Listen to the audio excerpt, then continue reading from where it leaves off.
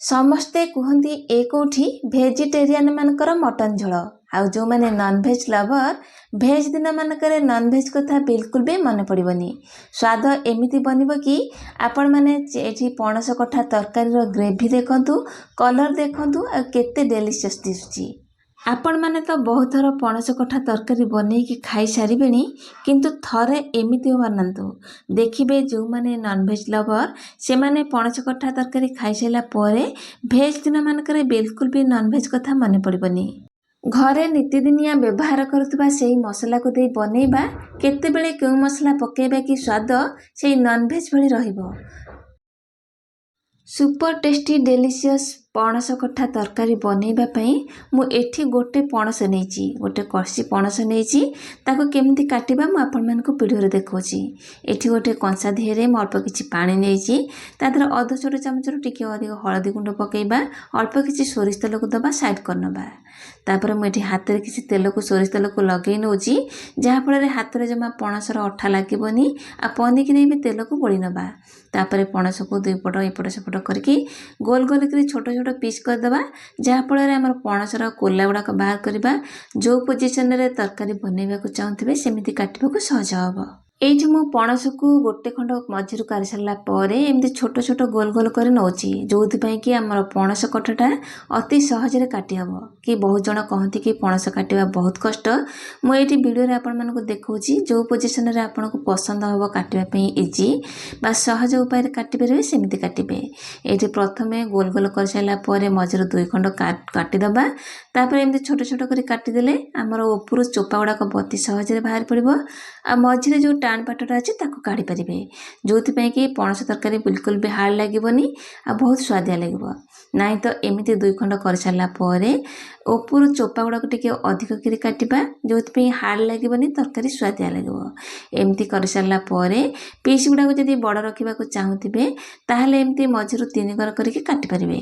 ଏମିତି ତିନି ଖଣ୍ଡ କରି କାଟି ସାରିଲା ପରେ ମଝିରେ ଯେଉଁ ହାର୍ଡ଼ ପାର୍ଟଟା ଥାଏ ବା ଟାଣ ପାର୍ଟଟା ତାକୁ କାଢ଼ିବା ପାଇଁ ସହଜ ହେବ। ଏଇଠି ମୁଁ ଦୁଇଟି ଉପାୟରେ ଆପଣମାନେ କେମିତି ପଣସ ସହଜରେ କାଟିପାରିବେ ଦେଖେଇଲି ଭିଡ଼ିଓରେ। ଆପଣମାନେ ସେମିତି କାଟିବେ, ଉପରୁ ଚୋପା ସହଜରେ ବାହାରିଯିବ ଆଉ ମଝିରେ ଯେଉଁ ହାର୍ଡ଼ ପାର୍ଟଟା ଅଛି ସେ ମଧ୍ୟ ଅତି ସହଜରେ ବାହାରିଯିବ। ଏଇଠି ମୁଁ ସବୁ ପଣସ ଗୁଡ଼ାକୁ ହଳଦୀ ଆଉ ତେଲ ପକାଇକି ରଖିଥିଲି, ସେଥିରେ ଦେଇକିରି ଏମିତି ବଡ଼ ବଡ଼ ପିସ୍ରେ କାଟିଛି। ଆପଣମାନେ ଯେତେ ପୋଜିସନରେ ପଣସକୁ ରଖିବାକୁ ପସନ୍ଦ କରିବେ ସେମିତି କାଟିପାରିବେ। ତାକୁ ଦୁଇ ତିନି ଥର ସବୁ ଭଲସେ ଧୋଇ ଆଣିଲା ପରେ ଏଠି ଗୋଟେ ପ୍ରେସର କୁକର ନେଇଛି, ସେଥିରେ କାଟିକି ଧୋଇକି ରଖିଥିବା ପଣସକୁ ଦେଇଦେବା। ତାପରେ ଏଠି ଅଧ ଛୋଟ ଚାମଚରୁ କମ୍ ଟିକେ ଲୁଣ, ହଳଦୀ ଗୁଣ୍ଡକୁ ଦେବା। ଆଉ ପ୍ରେସରର ଲିଡ୍ ଦେଇକି ପଣସକୁ ହାଇ ଫ୍ଲେମ୍ରେ ଦୁଇଟା ସିଟି ଆସିବା ପାଇଁ ସିଝେଇ ନେବା। ଯେହେତୁ ପଣସ ଯେତେ ସିଝିଲେ ବି ଟିକେ ହାର୍ଡ଼ ଥାଏ, ଟିକେ ଅଧିକ ସିଝେଇ ଦେଲେ ତରକାରୀର ଗ୍ରେଭି ତରକାରୀ ବହୁତ ବଢ଼ିଆ ଲାଗିବ ଖାଇବା ପାଇଁ ଆଉ ସମସ୍ତଙ୍କୁ ପସନ୍ଦ ଆସିବ। ଏଠି କଭର ଦେଲି ଆଉ ଦୁଇଟା ହାଇ ଫ୍ଲେମ୍ରେ ସିଟି ଆସିବା ପର୍ଯ୍ୟନ୍ତ ସିଝେଇବା ବା ଛାଡ଼ି ନେବା। ସେପଟେ ପଣସ ସିଝିବା ଭିତରେ ଅଲଗା ପ୍ରିପାରେସନ୍ ସବୁ କରିନେବା। ଏଠି ତିନିଟା ମିଡ଼ିଲ୍ ସାଇଜ୍ର ଆଳୁକୁ ମୁଁ ଏମିତି ଚୋପା ଲଗା ବଡ଼ ବଡ଼ ସାଇଜ୍ର କାଟି ନେଇଛି, ଯେଉଁଥିପାଇଁ କି ଆମ ତରକାରୀ ବହୁତ ବଢ଼ିଆ ଲାଗିବ ଦେଖିବା ପାଇଁ। ଏଠି ଗୋଟେ କଡ଼େଇ ବସେଇଛି, କଡ଼େଇ ଗରମ ହେଲା ପରେ ଦୁଇ ବଡ଼ ଚାମଚ ସୋରିଷ ତେଲକୁ ଦେବା। ତେଲକୁ ଗରମ ହେବା ପାଇଁ ଛାଡ଼ିବା। ତେଲ ଗରମ ହେଲା ପରେ ଆଗରୁ କାଟିକି ଧୋଇ ରଖିଥିବା ଆଳୁକୁ ଦେବା।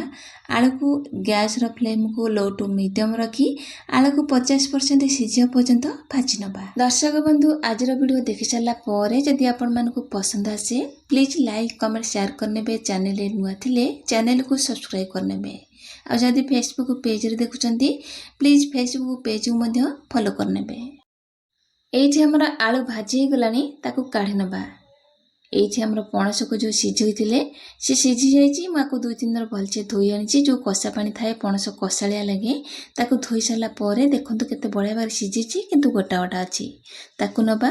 ଯେଉଁ ବଳକା ତେଲ ଆମର ବଳି ପଡ଼ିଥିଲା ସେଇଥିରେ ହିଁ ଭାଜିବା। ଏପଟେ ଆଳୁ ଭାଜି ହେଇଯାଇଛି, ତାକୁ ସାଇଡ଼୍ କରିନେବା। ସେ ଯେଉଁ ବଳକା ତେଲରେ ଆମେ ସିଝେଇକି ରଖିଥିବା ପଣସକୁ ଦେବା। ପଣସକୁ ଟିକେ ଗ୍ୟାସର ଫ୍ଲେମ୍କୁ ଲୋ ଟୁ ମିଡ଼ିୟମ୍ ରଖି ଭାଜି ନେବା। ଆପଣ ଚାହିଁଲେ ପଣସ ଆଳୁକୁ ତେଲରେ ପୁରା ଡିପ୍ ଫ୍ରାଏ କରିକି ଛାଣିପାରିବେ। ଏଠି ପଣସ ଆମର ଭାଜି ହେଇଗଲାଣି, ଟିକେ କଲର୍ ହେଇଗଲାଣି, ଚେଞ୍ଜ ହେଇଗଲାଣି, ତାକୁ କାଢ଼ି ନେବା। ଏପଟେ ଆମର ପଣସ ଭଜା ରେଡ଼ି, ତା ସହିତ ଆଳୁ ମଧ୍ୟ ଭଜା ହେଇଯାଇଛି। ନେକ୍ସଟ ପ୍ରିପାରେସନ୍ କରିବା, ତରକାରୀ ବନେଇବା।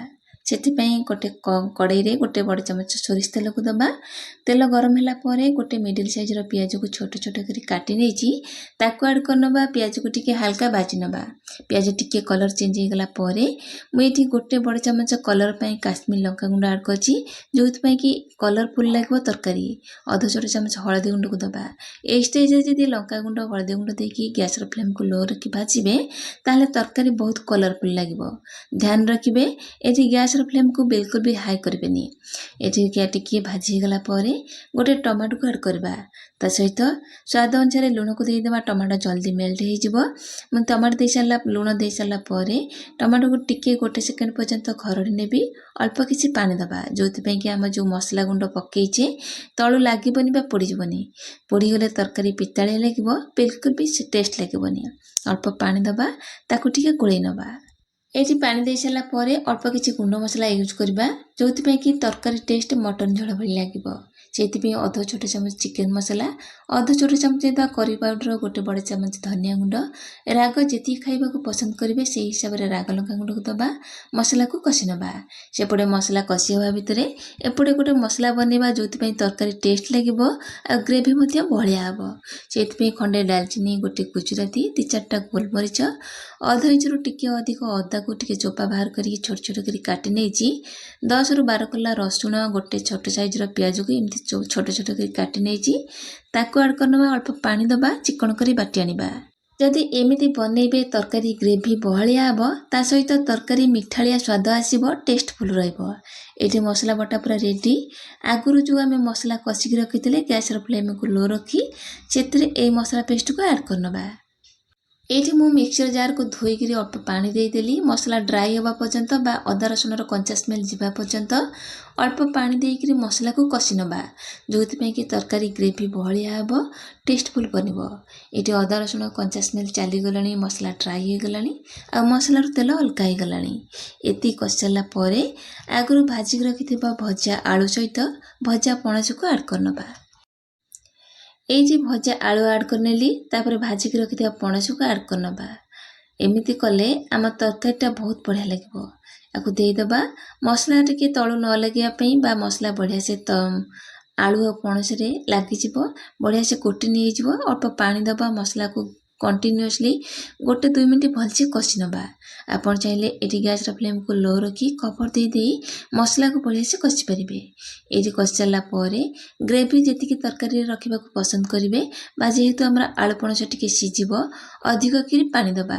ତରକାରୀରେ ଯଦି ଅଧିକ ଗ୍ରେଭି ଖାଇବାକୁ ବା ପତଳା ଖାଇବାକୁ ପସନ୍ଦ କରିବେ ସେହି ହିସାବରେ ପାଣି ଆଡ଼୍ କରିବେ। ଏଠି କଭର୍ ଦେଇ ମୁଁ 10ରୁ 15 ମିନିଟ୍ ସିଝେଇ ନେଇଥିଲି। ଏଠି ପଣସ ସହିତ ଆଳୁ ବଢ଼ିଆ ସେ ସିଝି ଯାଇଛି, ବହୁତ କଲର୍ଫୁଲ୍ ଲାଗୁଛି ଦେଖିବା ପାଇଁ। ଆପଣ ଚାହିଁଲେ ଶେଷରେ କିଛି କଟା ଧନିଆ ପତ୍ର, ଅଳ୍ପ କିଛି ଗରମ ମସଲା ଦେଇ ଗୋଳେଇ ପାରିବେ। ଏଇଠି ଆମର super tasty delicious veg lover ମାନଙ୍କର ଭେଜ୍ ମଟନ ଝୋଳ ବା ମଟନ କରି ବା ପଣସ କଠା ତରକାରୀ ରେଡ଼ି। ଆପଣମାନେ ଥରେ ଏଇ ଉପାୟରେ ପଣସ କଠା ତରକାରୀ ବନାନ୍ତୁ। ଆଜିର ରେସିପି ଆପଣମାନଙ୍କୁ କେମିତି ଲାଗିଲା କମେଣ୍ଟ ସେକ୍ସନରେ ସିଓର ଜଣାଇବେ। ରହିଲି, ନମସ୍କାର, ଜୟ ଜଗନ୍ନାଥ।